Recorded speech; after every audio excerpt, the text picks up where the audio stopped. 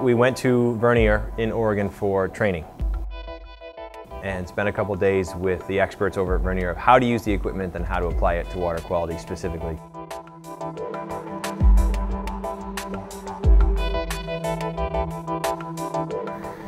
So we came back and we started small. We built a temperature lab that is for any level of freshmen just to get acclimated with the equipment.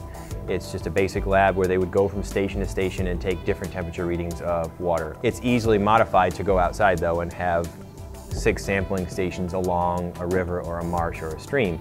Here the Vernier LabQuest comes with a GPS sensor which allows the students to go to the sampling site and record the GPS coordinates so that year after year they can come back to relatively the same spot. And what's nice is I can go to my next sampling site, dozens of sampling sites in one afternoon, and have it recorded and saved right down here. That's not the only sensors that you can have in there at one time.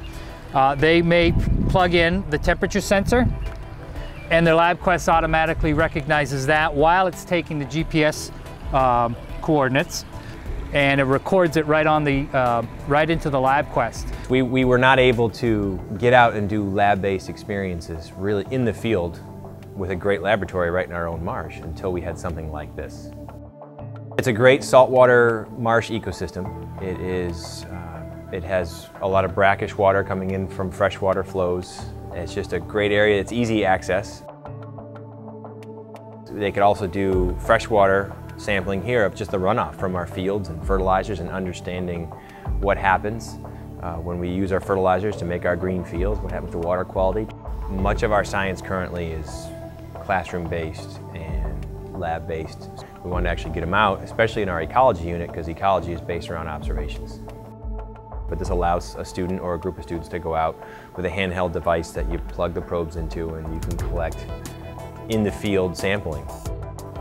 It makes science sort of cool for them versus just taking an old-fashioned thermometer. They can actually take a metal rod that's a temperature probe, put it in something and see real-time temperatures going up and down. They can graph, make tables right away. It does a lot of work for them, so you can spend more time interpreting the data. It's the best part of our class that kids should be outside. You're learning about ecology, you should be outside. So I think these labs are geared in such a way to start introducing them to those complexities of how this impacts this, which impacts this. Human activity upriver could lead to this downstream, which could lead to this decline of population of this type of species.